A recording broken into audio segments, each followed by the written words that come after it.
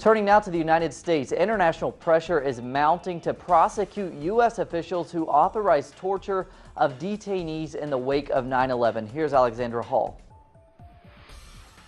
Torture, enhanced interrogation techniques.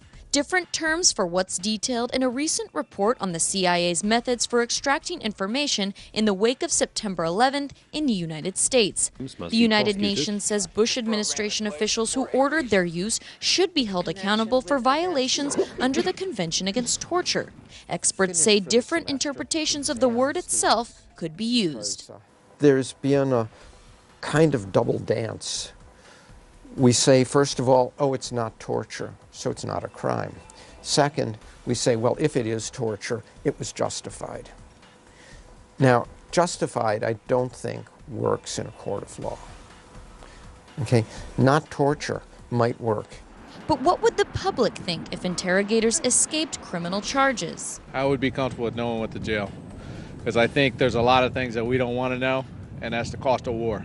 I think that charges should be looked into, more on the side of perhaps the administration officials, perhaps, than the actual CIA folks who were basically just doing as they were told. The Justice Department has already opted not to prosecute, and ultimately, as long as those involved are physically within the United States, the federal government has the final word.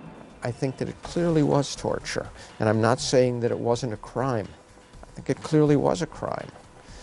But I'm not sure that there's anybody who is politically willing and able to prosecute that crime. Unless the International Criminal Court gets involved. Even though some countries where interrogations took place are participants in the court, it isn't certain if any are willing to get involved. Alexandra Hall, Telesur, Washington.